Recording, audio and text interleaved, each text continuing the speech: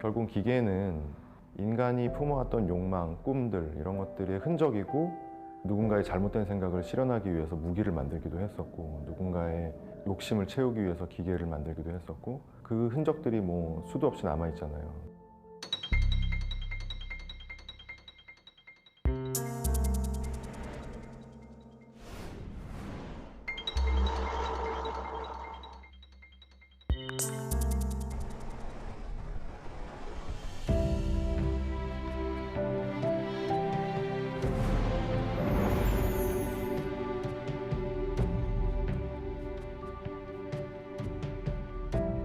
빠른 시일 내에 신제품을 출시를 해가지고 새로운 수요를 창출해내는 것이죠.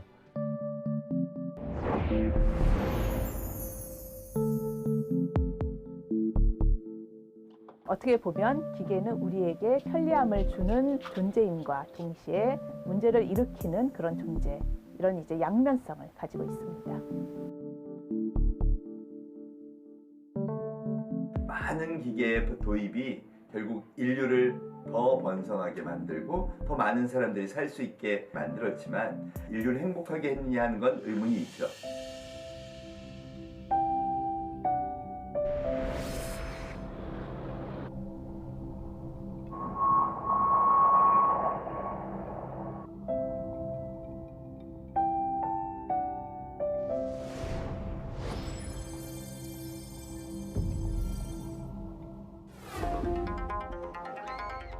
스피드와 스릴감 넘치는 놀이공원의 백미 롤러코스터.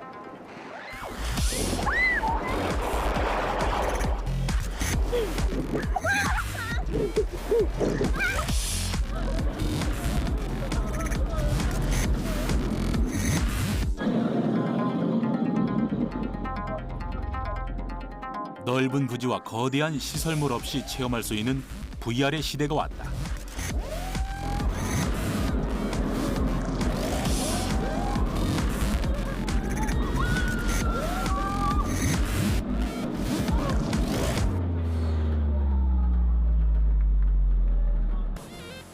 아, 되게 휴재 같았어요. 그 뭐지? 타는 도중에도 옆에 봐도 다 보이고 그래서 되게 생동감 넘쳤다고 해야 되나? 되게 재밌었어요. 이제 가상 공간에서 진짜로 현실처럼 하는 것처럼 이제 할 수 있다는 게 진짜 놀라웠던 것 같아요. 머리에 기계를 차고 움직이는 의자에 앉아서 즐기는 세상 모든 것들의 경험. VR은 어떻게 이것을 가능하게 했을까? VR은 저희가 일반적으로 현실에서 경험할 수 없는 것들을 뭐 시각, 촉각, 청각, 후각 등 다양한 우리 감각들을 이용해서 진짜처럼 느끼게 해주는 기술을 통칭해서 이야기합니다. 일반적으로 저희가 알고 계신 눈에 쓰는 디스플레이들, 헤드마운트 디스플레이 이런 것들을 사용하는 것들을 VR이라고 좁게 이야기하고요. 넓은 범위로는 뭐 저희가 뭐 전체를 두르는 스크린을 사용한다든가 아니면 기타의 자극을 줘서 이용하는 모든 범위를 VR로 넓게 해석하고 있습니다. 경기도 안양시. VR 개발의 현장에선 이 모든 경험이 실제처럼 느껴지도록 하는 연구가 한창이다. 각 분야의 엔지니어들은 시뮬레이터의 동작이 보다 자연스럽고 현실적으로 구동되도록 만드는 것에 심혈을 기울인다.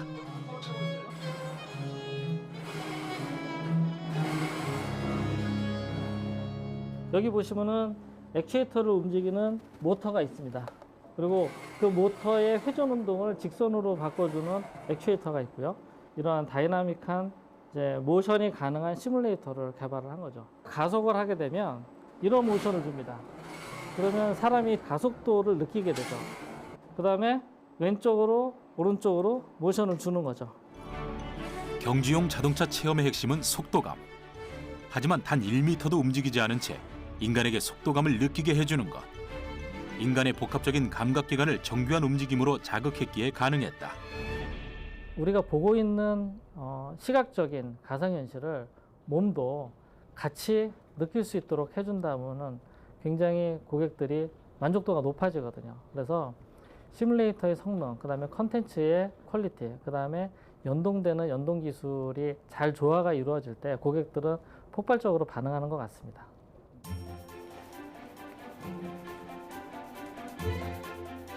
정면 보고.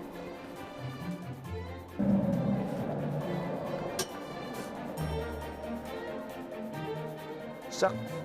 VR의 핵심 기술은 사용자의 동작을 읽어내는 것.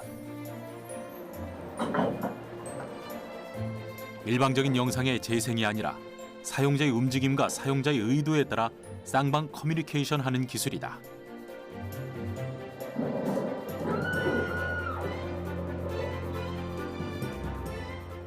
지금 그래픽 작업과 현실에서 유저가 움직여야 될 동선을 얼마나 잘 매칭을 시켜서 싱크로가 맞게 되느냐. 그래서 이런 발판 같은 경우가 유저가 걸었을 때 허공에 걸으면 안 되니까 그런 동선을 맞추고 여러 가지 이제 그 걸었을 때 효과나 이펙트들이 제때제때 떨어지는지 그런 전체적인 어떤 게임의 완성도를 높이는 작업이라고 할 수 있겠습니다.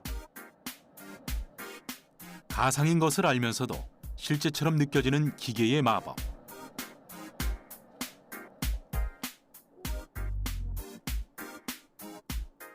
VR은 인간이 절대 할 수 없었던 혹은 꿈만 꾸었던 세계도 체험할 수 있게 했다.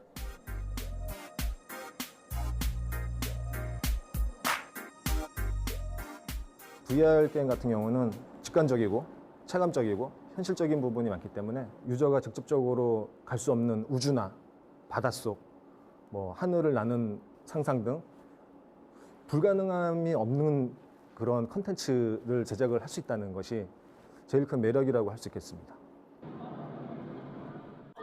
과거에는 긴 시간과 막대한 비용을 들여가며 특정한 장소에서만 가능했던 모든 것들이 이제 마음만 먹으면 어디서든 가능하다. 시간과 공간의 제약뿐만 아니라 상상과 경험, 체험의 한계성까지 무너뜨리며 기계는 발전하고 있다. 과거 아케이드 같은 경우에는 뭔가 이렇게 정해져 있는 틀 안에서 횡 스크롤 한다든가 아니면 조금 첨단의 게임기 같은 경우에는 계속 앞으로 가는데 이렇게 총을 쏜다든가 하지만 VR 아케이드 같은 경우에는 그런 경계벽이 없습니다. 예를 들면 뭐 총싸움을 똑같이 한다고 하더라도 보다 실제 공간 안에 있는 것처럼 혹은 뭐 롤러코스터 같은 체험을 하더라도 내가 실제 테마파크에 가지 않아도 간접적으로 체험을 보다 현실적으로 할 수 있는 부분 이런 것들을 보면 앞으로도 접목되는 기술에 따라서 2차원적인 아케이드에서 조금 더 발전하는 형식으로 퍼질 걸로 전망하고 있습니다. 의식주를 넘어서 시간과 공간의 확장을 가져온 기계. 기계는 인간의 손에서 무한한 가능성을 얻었다. 이제 인간의 보조 수단으로서 기계 존재의 가치를 논하던 시대는 지났다. 기계와의 공존을 선택했던 그 순간, 인간 삶의 방식의 변화는 이미 예견된 것일지도 모른다.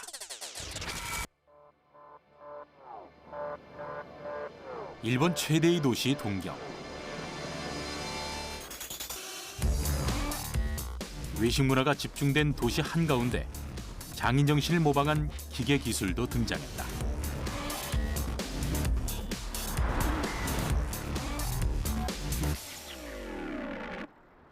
일본 전역에 400여 개의 점포를 운영 중인 초밥 체인점.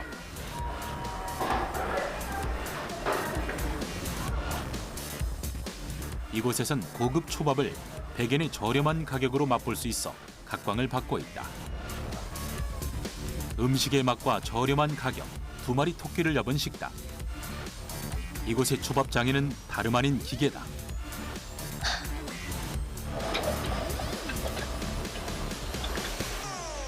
やはり低価格で高品質なものを提供するときに原材料費を下げることはできないので人件費をいかに下げるかというところがポイントになってくるんですけどもその人件費を下げるためにロボットを導入しています。例えば1日で言いますと12時間以上営業しますんでそうなってくると多分休みなく動ける分ロボットはもっともっとメリットはあると思うんですよね。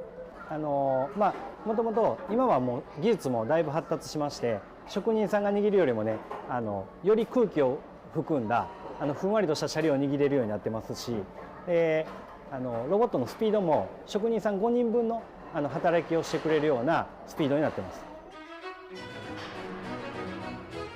뿐만 아니라 거의 모든 시스템을 기계화했다. 사람의 손길로 제공되던 서빙은 식탁 옆을 돌고 있는 컨베이어 벨트 시스템이 대체한다.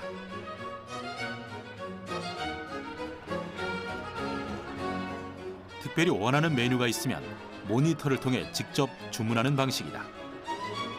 주방에서는 주문받은 메뉴를 개별 컨베이어 벨트에 올리면 주문한 식탁까지 곧바로 서빙된다. 주문부터 서빙까지 손님과 직원의 대면이 없는 방식. 획기적인 인력 감축의 1등 공신은 단연 자동화 시스템이다. 식탁을 치우고 계산을 하고 마무리하는 건 역시 모두 기계의 목. 매장에서 일을 하는 사람은 이 기계들을 관리하는 몇몇의 사람이 있을 뿐이다. 一番分かりやすいワンコインでこんなものが食べれるかというところですよね。だから今食材費もどんどん上がってくる中でかなり苦しいですけども、ロボット以外にも例えばIT だったり AI だったりそういうふうな最新の技術をどんどん導入して無駄をなくしていくっていう取り組みを続けて100円を維持しています。 최고의 음식과 저렴한 가격, 매출의 증대와 비용의 절감. 절묘하게 맞아떨어진 욕망 사이에서 인간은 인간이 아닌 기계를 선택했다. 将来的にはやはりもっともっと人が減っていく、ロボットがその人の代わりをしていくっていうのはあると思います。はい。 기계와 인간의 역사에서 기계가 선택되는 건 비단 미래의 일만은 아니다.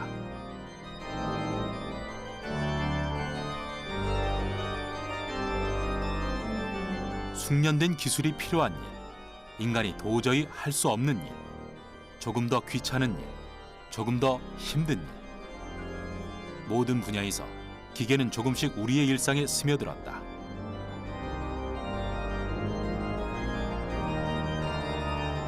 버튼 하나만 누르면 원하는 모든 것을 가질 수 있는 시대. 그 대표가 자동 판매기다.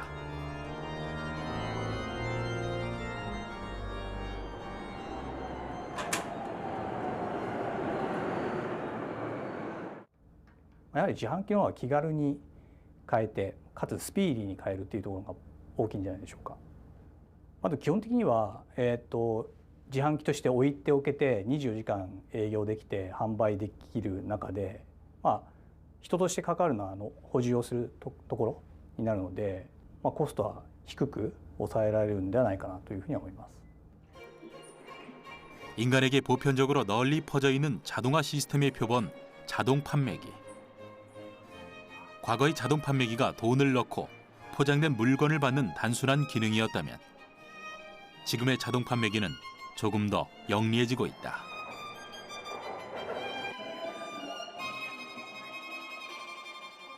で自販機の上には属性認証センサーというものがついていて、目の前に立ったお客様をこう識別して、おすすめの飲料を、表示したりそういうことをしています。なのでこれまで自販機はお客様とどちらかというと一方的なお客様が近寄っていって買うといったものが一般的だったんですけど、自販機からもおすすめをしてきたりでそれに対してお客様も買っていただくみたいなところで、双方向コミュニケーションができたんじゃないかなというふうに思っています。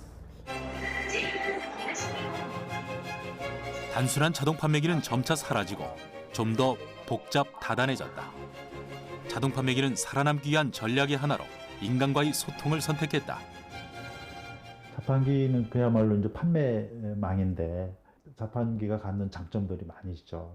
이제 가장 중요한 거는 이제 노동 전략적이라는 거가 이제 중요하고요.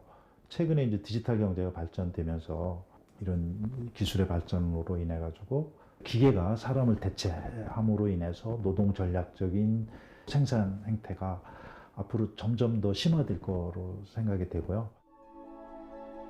그리고 그 판매 범위도 확장을 꾀하고 있다. 성남시 중원구. 이탈리안 레스토랑에서 볼 법한 피자가 자동 판매기 안으로 들어왔다. 다양한 메뉴와 저렴한 가격, 신속한 제공은 당연한 기능. 그런데 이 피자 자동 판매기는 기존의 자동 판매기의 상식을 완전히 뒤집는다. 저희 피자 자판기에서 피자가 어떻게 만들어지는지 제가 한번 보여드릴게요. 먼저 밀가루 믹스가 저희 믹서기로 들어가고요. 그러면 이제 반죽이 만들어지고 밑으로 내려가면 이제 피자 도우를 만들어줘요. 그렇게 되면은 뒤쪽으로 이동을 해서 토마토 소스를 뿌려주고요. 그 다음에 냉장고에서 1인분씩 진공 포장되어 있는 토핑을 올려준 다음에 저희가 바로 오븐으로 들어가서 1분 30초 정도 구워줍니다. 이 반죽부터 구워지는 이 전 과정이 단 3분이면은 피자 10인치 피자가 한 판이 만들어지고요. 이렇게 보시면 일반 피자집에서 파는 피자 같은 비주얼의 피자가 완성이 됩니다. 보다 정교하고 밀집된 기술력이 있었기에 가능해진 결과물이다. 근데 이 기계 안에서 이루어지는 전 과정이 일반 피자집에서 일반 피자를 만들 때 뭐 조리 과정이랑 전부 다 동일하다고 보시면 되시고요. 하루에 쉬지 않고 만든다고 하면 500판 정도 생산 가능합니다. 자동 판매기는 언제 어디서든 인간이 필요로 하는 것들을 제공하고 있다. 자동 판매기만 설치된 레스토랑, 자동 판매기로 운영되는 편의점. 이처럼 자동 판매기의 영역은 더욱 확장될 예정이다. 전 세계적으로 인건비가 계속해서 오르는 추세고 소비자분들이 다양한 음식류를 언제 어디서나 즐기고 싶다라는 욕구가 되게 강해지고 있다 보니까 뭐 지하철이라든지 사람들이 많이 다니는 곳에 이렇게 많이 설치가 되는 게 아닌가 싶습니다. 당연히 인간의 몫이라고 생각했던 분야에까지 기계는 진출하고 있다. 이와 함께 인간의 삶을 더욱 풍족하고 편리하게 해줄 거라는 기대를 한몸에 받고 있다. 세계 최대의 가전 소비 시장으로 급부상하고 있는 중국. 수많은 기업들은 중국의 가전 시장을 공략하고 있다. 새로운 기계와 기술들을 선보이기 위해 기업들은 중국 소비자들을 주목하고 있고 사람들 또한 이를 보기 위해 박람회장에 모여든다. 기업에서 저마다 최신 제품을 들고 나오는 기계 기술의 각축장. 화려한 조명 아래 눈부신 신기술들은 사람들의 이목을 사로잡는다. 本次展会呢，共有来自12国家参展，参展企业超过800家，预计展品呢应该是几万件。应该说呢，这个展会呢，它覆盖了家用电器、消费电子、智能硬件等多种领域。但是呢，可能最为突出的特点呢，应该是智慧，它也反映了我们这个展会主题是智慧家庭，全球平台一个主题。应该说消费者呢关心的还是一些新技术啊，刚才特提到这个智慧家电这块应该说它是最引起消费者感兴趣的应该说是跟以前产品完全不同的。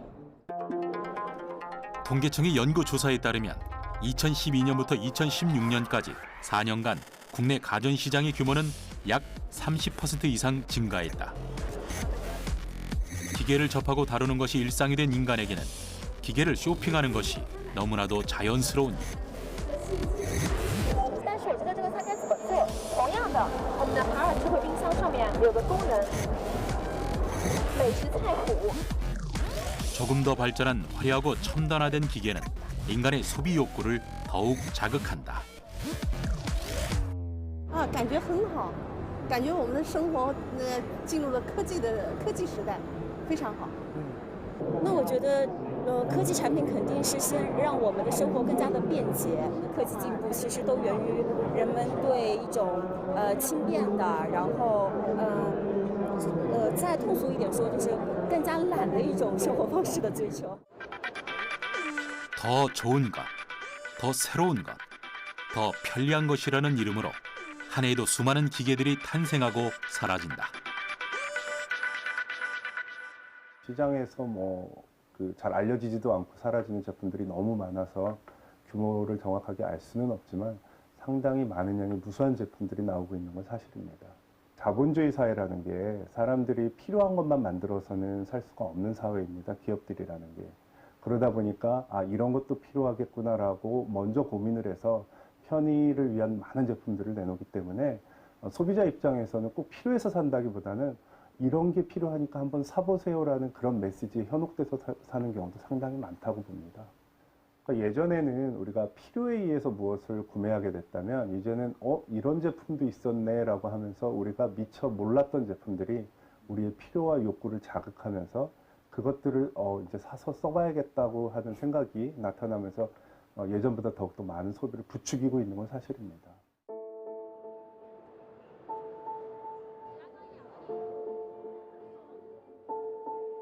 인간의 생활은 이미 기계에 익숙해져 있고 때문에 과거의 인간의 삶과 지금을 비교하는 것은 무의미하다.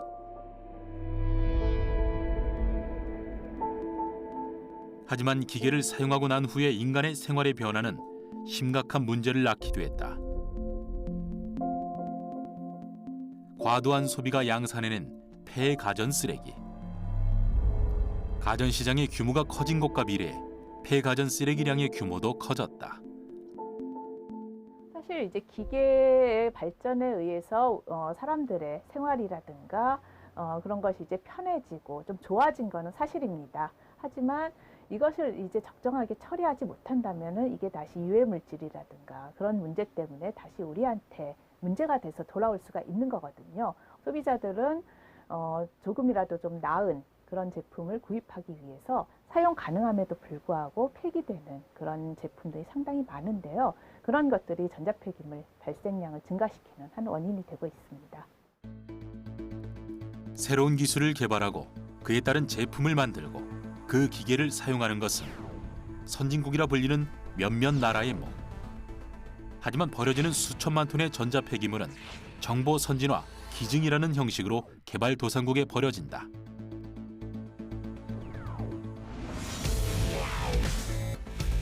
그리고 폐가전을 수입한 나라들은 제대로 된 처리 시설도 갖추지 못하고 맨몸으로 전자폐기물을 마주하게 된다. 전자폐기물 안에는 납이라든가 수은, 카드뮴과 같은 중금속들이 상당히 많이 함유되어 있습니다. 이것이 적정하게 처리되면 상관이 없는데 외국으로 이제 수출돼서 제3세계라든가 아프리카라든가 그런 쪽에서 처리가 되면은 그런 나라들은 제대로 된 안전 장비라든가 안전 장치가 없기 때문에 폐기물을 해체하고 그 과정에서 유가금속을 회수하는 과정에서 작업자들이 이런 중금속들에 노출될 가능성이 상당히 높습니다. 때문에 한켠에선 기계 기술의 진보에 따른 책임을 스스로 지기 위한 노력들도 이루어지고 있다. 경기도 화성시.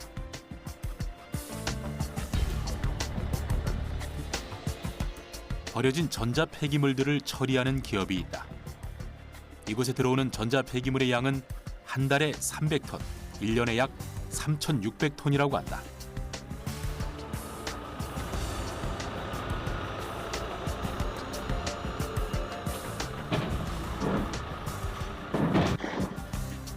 일주일에 두세 번씩 가전제품 생산 기업과 가정에서 배출한 소형 가전들을 수거하고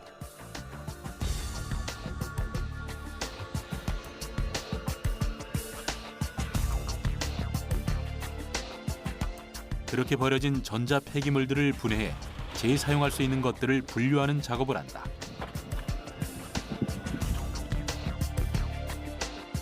하지만 폐가전으로 분류되어 온 제품들 중에서는 수명이 다하거나 파손된 제품뿐만 아니라 낡고 성능이 떨어졌지만 사용 가능한 제품들도 많이 있다고 한다. 주로 그 10대 가전업체에서 새로운 물건을 팔고 회수해 온 쓰던 물건들을 저희가 생산자 책임 재활용 제도에 따라서 의무 처리를 해야 될 양이 있는데 저희가 위탁해서 대신 처리해주고 있는 그런 물건들이고요. 가정에서 많이 배출되는 양만큼 많이 배출되는 건 많이 들어오고 조금 배출되는 건 조금 들어오는데 새로운 제품이 나오면 기존의 제품들을 교환을 주로 하게 되면서 작동이 됨에도 불구하고 저희들한테 폐기 처분을 하게 되는 거죠. 전 세계적으로 버려지는 폐가전 배출량은 약 4,180만 톤. 매년 200만 톤씩 증가한다고 한다. 이들 중 재사용되는 비율은 약 6분의 1. 우리 정부에서는 자원의 낭비, 환경 오염을 막기 위해 2012년부터 가정의 대형 폐가전 제품 무상 방문 수거 사업을 시작했다. 이게 이제 파쇄기입니다. 저기에서 물건이 투입돼서 여기에서 파쇄가 되면 여기에서 저희가 이런 모다들을 골라내고 첫 번째 요런 거 모다 골라내고 자동 자력 선별기로 이런 철들을 골라냅니다. 철.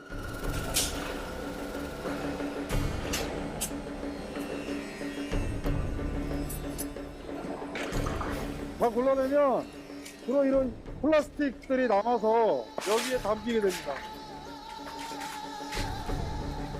이렇게 처리되지 않고 그대로 버려진다면 전 세계적으로 납 화합물 220만 톤, 프레온가스 4,400톤이 공중으로 흩어지는 것이다.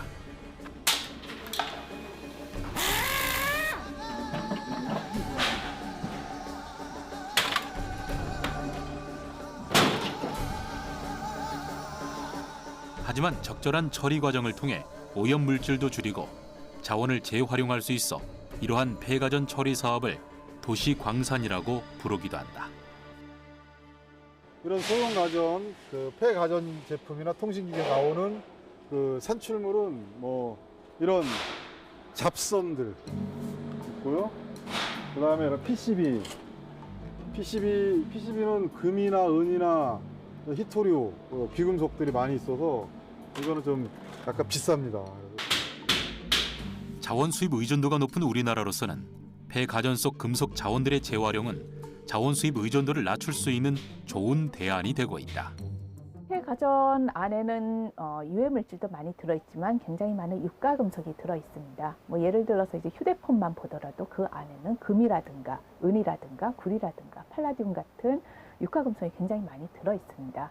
이러한 제품을 모아가지고 그 안에 있는 유가 금속만 뽑아내더라도 실제적으로 금광석 1톤하고 비교를 해봤을 때 휴대폰에서 빼낼 수 있는 그런 이제 금의 양이 훨씬 많거든요. 버려지는 휴대폰 1톤에서 채굴할 수 있는 금의 양은 약 400g.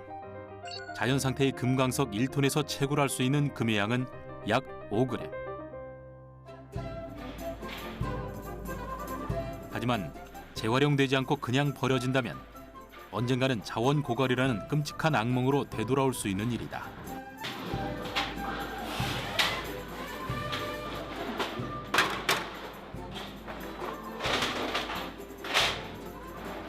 어쨌든 이것이 저희는 자원순환이기 때문에 그것이 다시 그런 제품으로 원재료로 들어가면 더할 나위도 없고 똑같이 순환이 되겠지만 계속 양이 계속 늘어나고 있습니다. 그래서 늘어나고 있다라고 하는 것은 뭐 인구가 많이 늘어나거나 뭐 그래서 늘어나야 되는데 양이 늘어나는 거는 좀 과소비적 측면이 있지 않나 그런 생각도 저희들은 가지고 있습니다. 기술의 발전이 가지고 온 기계의 소비. 아이러니하게도 기술이 계속 발전하면서 기계의 사용 기한은 점점 더 짧아지고 있다. 과연 우리는 기계를 현명하게 소비하고 있는 것일까? 수많은 기계에 둘러싸여 있는 평범한 형아 씨 가정의 일상. 그녀는 요즘 기계 다이어트의 필요성을 절실히 느끼고 있다고 한다. 그녀의 손이 닿는 곳곳에 포진되어 있는 다양한 기계들.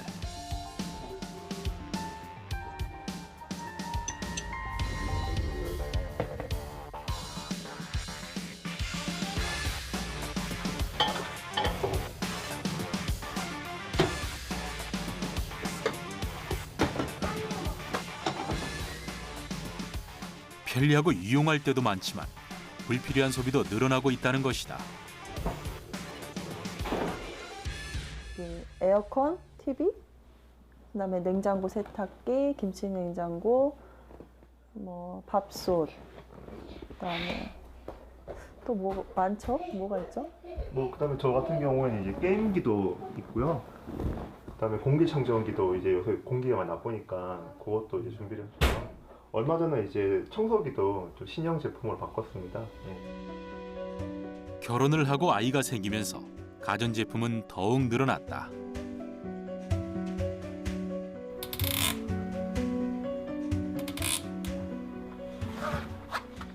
일단은 열어보니까 저기 안에 있는 지금 이것도 홈쇼핑에서 제가 샀던 거거든요. 뒤에 뭐 마늘 다지기나 믹서기 이런 것들 지금 계속 가지고 있고 되게 생활의 편리성을 위해서 한꺼번에 다 되는 거죠. 뭐 2in1 이런 개념으로 뭐 마늘 다지기도 되고 믹서기도 되고 녹즙 이렇게 주스 갈아 마시는 것도 되고 그게 이제 하나로 다 통일이 되고 홈쇼핑에서 특가 상품이라고 하니까 혹해서 좀 구매를 하긴 했는데 그냥 결국에는 뭐 마트에서 사 먹게 되고 뭐 이런 경우도 생기게 되더라고요. 네.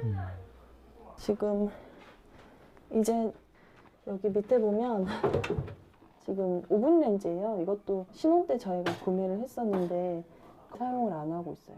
여기도 지금 이게 인덕션인데 이렇게 이것도 이제 처음에 한창 그 샤브샤브 붐이 일어났을 때 집에서 식탁 위에다 이렇게 놓고 먹고 싶어가지고 구매를 했었는데 사용을 안 하고 있어서 아예 얘는 터지도 않는 상품인 것 같아요.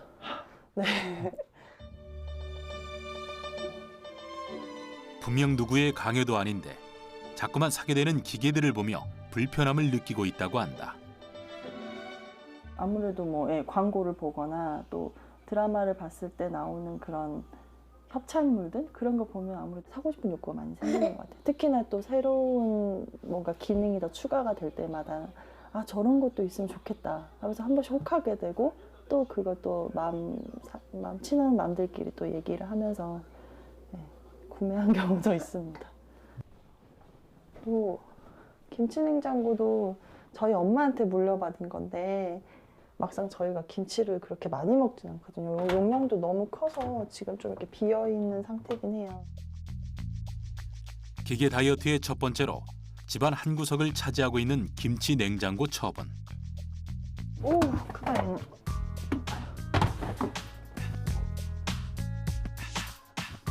다 채워지지도 않은 채 자리만 차지하는 냉장고를 볼 때마다 마음 한 구석이 무거웠다고 한다.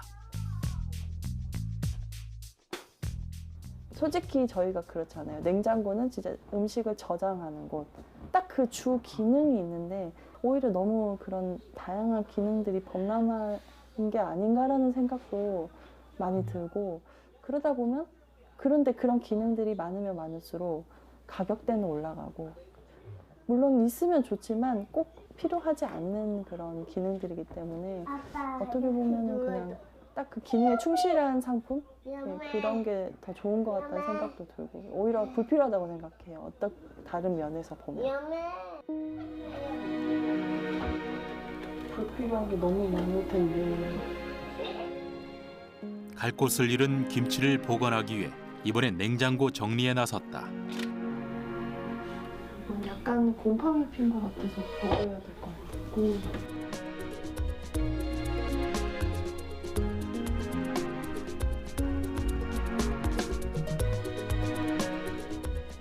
아무래도 냉장고 사이즈가 저희 집이 큰 편이라서 그런지 그냥 무의식적으로 계속 사게 되는 것 같고 그러다 보니까는 막 불필요한 것들을 구매를 하게 되는 것 같아요.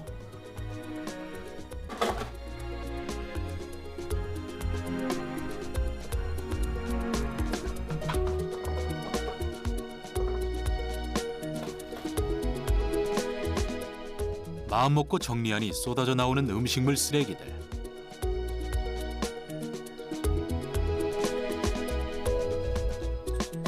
냉장고가 대형화되면서 형아씨뿐만 아니라 과소비를 하는 사람들도 많아졌다.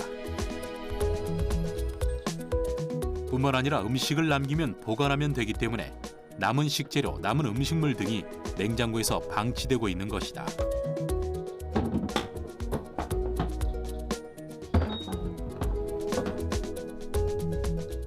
오, 딱 들어갔네요. 다 들어갔네요. 네, 다 들어갔어요. 자신이 필요한 만큼 사용하는 것이 바로 현명한 소비.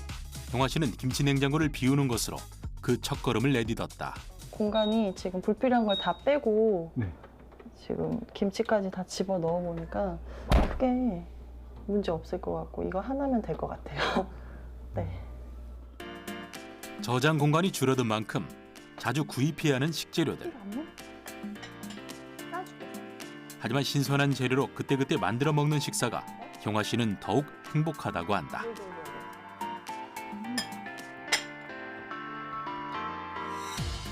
너무 많은 욕구가 자극이 되어서 이것저것 모든 곳에서 기계를 쓰다 보니까 어느 정도 이제는 좀 쉬고 싶다라는 심리적인 요인이 작용을 해서 없는 삶, 모든 것이 빠져나가는 삶, 비운 삶 이런 것에 대한 새로운 이제 갈망이 생기는 것이고 그러한 갈망이 미니멀 라이프로 나타난다고 봅니다.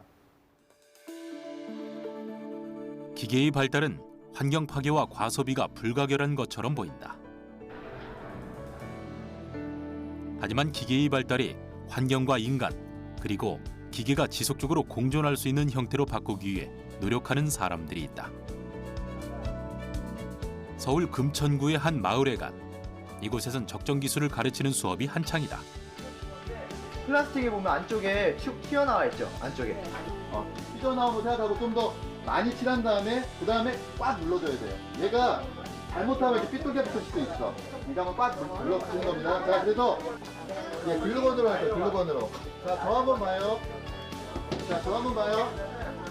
적정 기술 저는 알맞은 기술, 적당한 기술이라는 뜻이거든요. 그러니까 기술이 우리가 너무 뭐 첨단 기술 이런 걸로 가 있는데 꼭 그게 아니라 우리 상황에 알맞은 기술이면 적정 기술이라고 하고요. 제가 아까 아이들한테는 자전거가 같다고 그랬어요.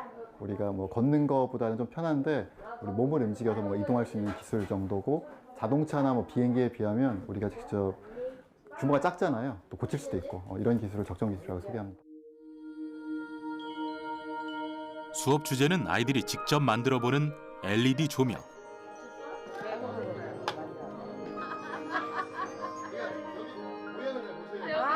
이렇게 내려가잖아요. 이렇게. 싱커 줘봐. 이거 아까 좀 삐져나온 거 있었지?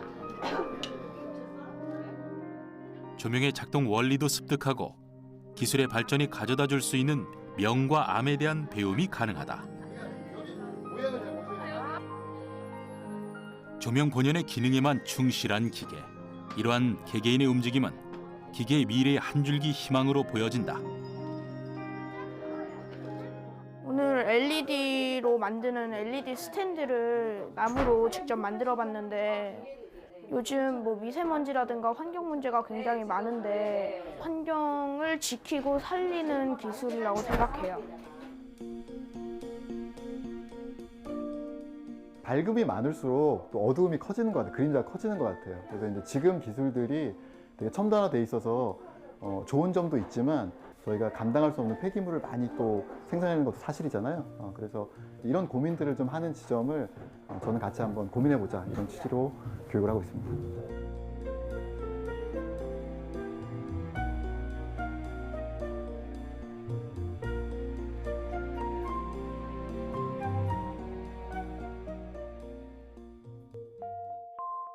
기계를 줄이려는 행동, 적정한 기술을 적절히 이용하려는 움직임. 기계의 발전에 일부 후퇴하는 모습처럼 보이지만 이러한 인간 스스로의 자정 활동은 기계가 나아가야 할 방향이 무엇인지 제시하고 있다.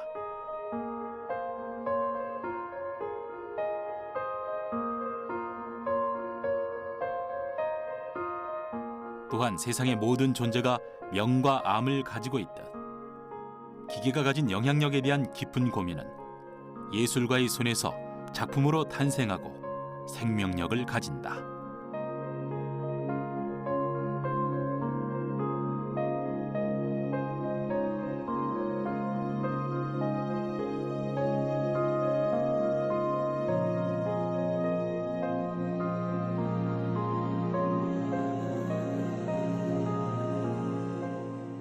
결국 기계는 사람들이 갖고 있는 불완전성, 그다음에 인간이 갖고 있는 한계, 동물로서의 한계들, 엄청난 많은 한계들을 갖고 있잖아요. 그거를 역사 속에서 극복하기 위해서, 확장하기 위해서, 인간을 확장하기 위해서 만들어져 오고 기계 자체가 갖고 있는 것들은 결국 인간이 갖고 있는 욕망과 꿈이 거기에 투영돼 있다고 생각하게 됐고 그러다 보니까 기계 생명체라는 주제를 하나 만들어서 이제 그 안에 우리의 모습들이 투영되게 하는 그런 시리즈들을 해왔었죠.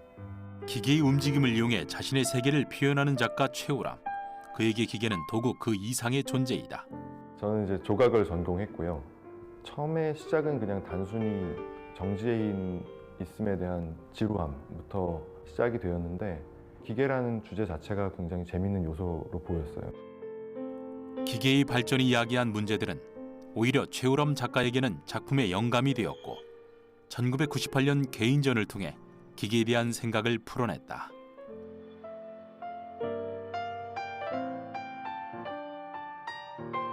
사람들의 욕망이라는 거는 역사 속에서 증명되듯이 정말 멈출 수도 없고 거기에 끝을 알 수도 없고 그다음에 그걸 위해서 어떤 경우에는 수많은 사람들의 희생이 따르기도 하고 그 주변에는 언제나 기계들이 같이 있었어요. 그러니까 누군가의 잘못된 생각을 실현하기 위해서 무기를 만들기도 했었고 누군가의 욕심을 채우기 위해서 기계를 만들기도 했었고 그 흔적들이 뭐 수도 없이 남아있잖아요. 그러니까 그렇게 자기 욕심을 끝없이 채우다 보니까 결국은 생명을 내가 내 손으로 창조시키고 싶은 생각까지 들고 있고 지금 실제로 수많은 기업들이나 또 개인들이나 열망하는 것들은 AI라는 인공지능을 탄생시켜서 우리의 삶을 좀 더 윤택하게 할 수 있을까라고 연막을 쳐놨지만 사실 그 속에는 자기 그걸 만들고자 하는 기업이나 개인의 어떤 끝없는 욕망이 들어있잖아요. 인간의 욕망이 투영된 기계. 최우람 작가에게 기계는 생명체로 작동한다. 거의 14년을 탔던 자동차가 있어요. 정말 오랫동안 제 옆에 있었던 묵묵히 물론 이제 가끔 뭐 고장 나서 괴롭히기도 했었지만 이제 그런 사연들을 갖고 있는 기계라서 그걸 떠내 보내려니까 울컥하더라고요. 제가 한 3년 전에 폐차장에 처음 가보게 됐어요. 근데 그 폐차장에 가보니까 그 망가진 제가 보냈던 차 같은 차들이 사연 있는 차들이 수도 없이 쌓여 있는데 휘발유부터 윤활유까지 여러 가지 들어있는데 그것들을 분해하기 전에 다 빼내는 작업을 먼저 하더라고요. 그 액체들을 자연스럽게 바닥에 다 흘려버리는데 많이 보셨겠지만 엔진오일이라는 게 오래되면 굉장히 핏빛으로 보여요.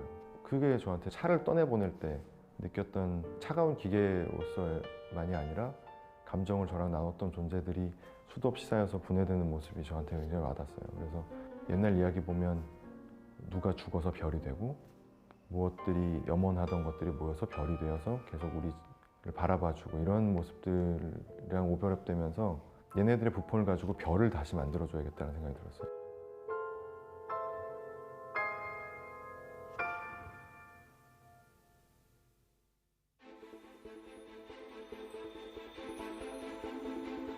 인류는 계속해서 진화하고 있죠. 또 더 많은 지식을 활용해서 여러 가지 발명도 해내고 제품도 만들고 이렇게 해오고 있었습니다. 그리고 그 선상에 우리가 살고 있다고 생각을 하고요. 농업기계가 나와서 농사 짓는 사람을 많이 필요로 하지 않으면서도 더 많은 식량을 만들어냈듯이 우리가 더 풍요롭게 사는데 많은 기여를 하는 그런 요소로 작용하지 않을까. 너무 빨리 개발이 되는 그런 기술들 때문에 앞으로의 사회가 점점 더 삭막해지고 위험해질 수도 있지 않을까라는 생각도 하게 됩니다.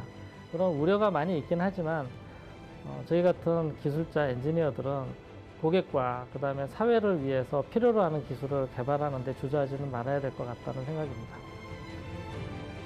눈부신 기계기술 발전에 제동을 거는 수많은 부작용들. 하지만 인간은 다행히도 스스로 문제를 자각하고 자정하려는 노력을 하고 있다. 그렇기에 인간과 기계의 미래는 희망적이다.